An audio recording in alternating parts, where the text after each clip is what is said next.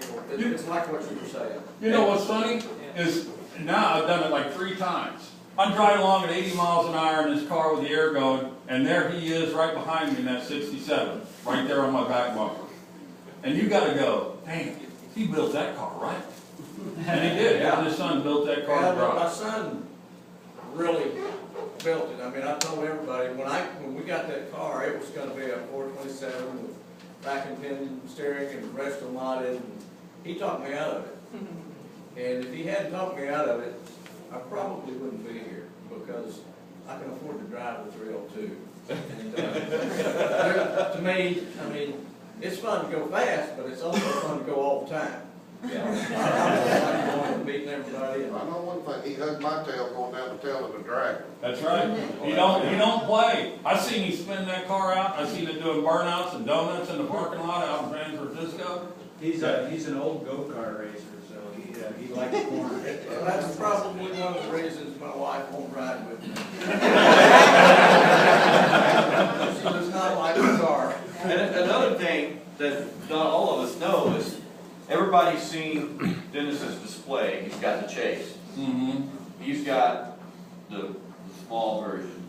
Mike's got the big version. How's the Charger coming? Because he's got a Charger that he's working on too. I may not live long enough to get that done, but I'm buying pieces for it, so one of these days maybe I'll start. But I want to, I mean, when we built the 67, it was going to San Francisco. And then we did for the second Bullitt Nationals when it was in Phoenix. I drove it to. You did it before that too, didn't you? No, that was the first time. And then you went again when we went. Yeah. And then I've gone to the Chino Hills thing the last 3 years. Then I go over to see Charger Al in Williamsburg every now and then. Chase him around. I tell you, the Charger guy in Richmond, Virginia, we had a Charger. You have to understand, this is Fun Ford Weekend, and that was tied in with the Bullitt Nationals. And you've got 70 Bullets out here lined up and a Charger in our midst, and people walking by going, I wonder why the Charger's out here. The Charger Al's a pretty cool guy. I seen him on a cruise there, and I 68 black on the black Charger. Got pictures of it and all that, and I said, hey, later on they're going to have the Bullitt Nationals there in Richmond at the Fun Ford Weekend, like Dennis was talking about. And I went to the local Mopar president and said, hey, you know this guy? Yeah. I got a hold of him and said, dude, I'll pay for your whole time. And he showed up. He said he had more fun at that event than he ever had at any other event. And how many times you wake people up in the parking lot in the morning doing burnouts with him? We got no proof Bob and Charger out. Yeah, well. Gail says there's video somewhere. Huh? Gail says there's video somewhere. There is. Well, Paul got it on his phone, but he only got a little bit of the Charger. And I'll never, it was his idea. He said, we need to do a burnout in the parking lot. So we lined up, and I gave my camcorder to English Bob, and he was going to video it. And, well, this is going to be cool. And Al took off. He didn't make any smoke. And, of course, that little peg leg thing, he had to just spin that one tire. But I made a lot of smoke. He said, I didn't make any smoke, did I? No. Well, let's do it again. So we backed up. And we did it again. He still didn't make any smoke. So I told him, I said, we better just keep driving this time, because this was 7 o'clock in the morning. People were starting to come out of the room. Anyway, we went to look at the video, and English Bob had got the camera out of sequence. And he turned it off when we did the burnout, and turned it on after it was over. So I got a good laugh. It's a good laugh. I mean, he got a British accent. He wasn't He was driving over in England. He just shot the wrong side of the highway. Then when we went out to the drag strip to the parade, we were going to, the guy from Fun Ford, he said, just kind of weed around out through there. I told him, I said, I've got a long way to come. I'm not going to just weave around out there. So he said, okay, we'll get on it. So he took off, and English Bob was riding with him. He was going to video out the back window, me chasing him and everything. And I did it. Al took off, and I did a big burnout. He did the same thing. Well, really, what I think happened when the car took off, it jerked him, and he hit the record button and turned it off. And you were videoing it, had the thing up in the tower, right? And you ran out of battery or tape or what, so we never got Never got any that. of it. I got the picture of my car coming across the start finish line because it was, the idea was they were gonna take off and then the new Bullitt, you know, because it was still a new car, was gonna come flying out underneath the thing and chasing them. And they forgot about it. And I went there, grabbed my motor, honked the horn, and the front door guy, oh, yeah, go. He never did tell me to go. You just took off. Well, I mean, I was getting away from him, and I thought, you know, we need to get kind of close together. So, anyway, it's kind of a messed up deal.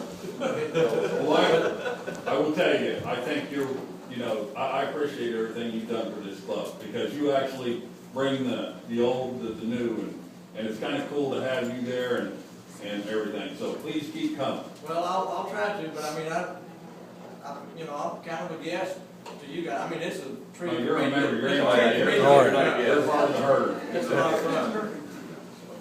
Let's get that charger ready, get it out of San Francisco. There you go. Yeah, the guy was talking about that's got the charger, he called me one day, he knew I had bought a charger, and he knew, you know, I bought a wreck, and I had a lot of work to do, and he decided to sell his car. So he called me up and said, well, I'm gonna sell my car. Where's Terry? He'll buy it.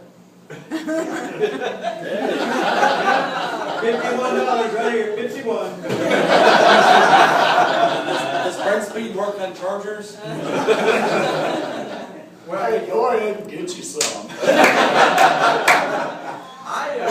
actually thought about putting a Ford motor in that charger because, so you could run it at a fun Ford weekend.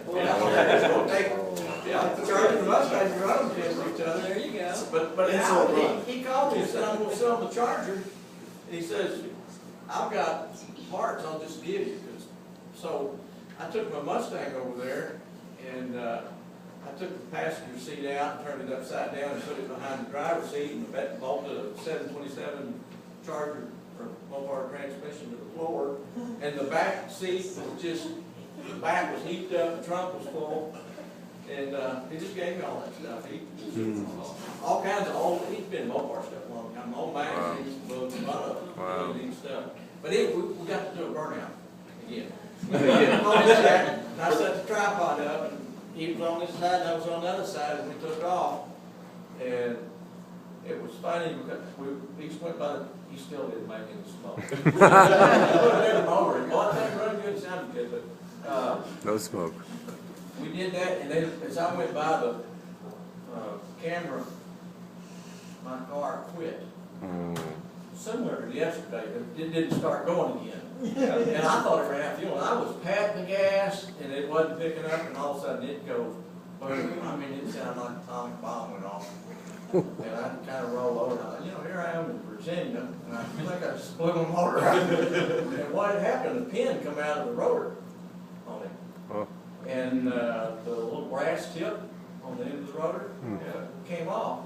I don't know how it fired, but it fired after I had been pumping that gas. And it actually blew them up, just opened them up like sardines. You hear it on the video, it sounded like the shotgun. We got in there, pulled the cap off, found that little pin, and put it back in there with the brass piece, started up, and I went back, we did it one more time. But anyway, he's a super guy, and I mean, had a lot of fun just because, you know, you introduced it. And when you called me to run him, that was the other deal. That, he said, you know, we got a charger for Bullitt Nationals, and would you consider running him at the driving school? I think, well, if he's got a 440, that's not going to be much of a race. So it turned out he had an all-time 318. But anyway, I made my mind up when I got over there. If it was a 440, I wasn't even going to stop when we got up to the lights. It turned out his car ran just about like mine did. We just had a blast. But he's a super guy, and that's just, you know, one of the good people you meet. Yeah, you're one of the good people. You're one of the good people. Oh, yeah, absolutely. Yeah. Yeah, but you know what, you're one of the guys that make it worth coming here. Well, everybody makes it worth coming.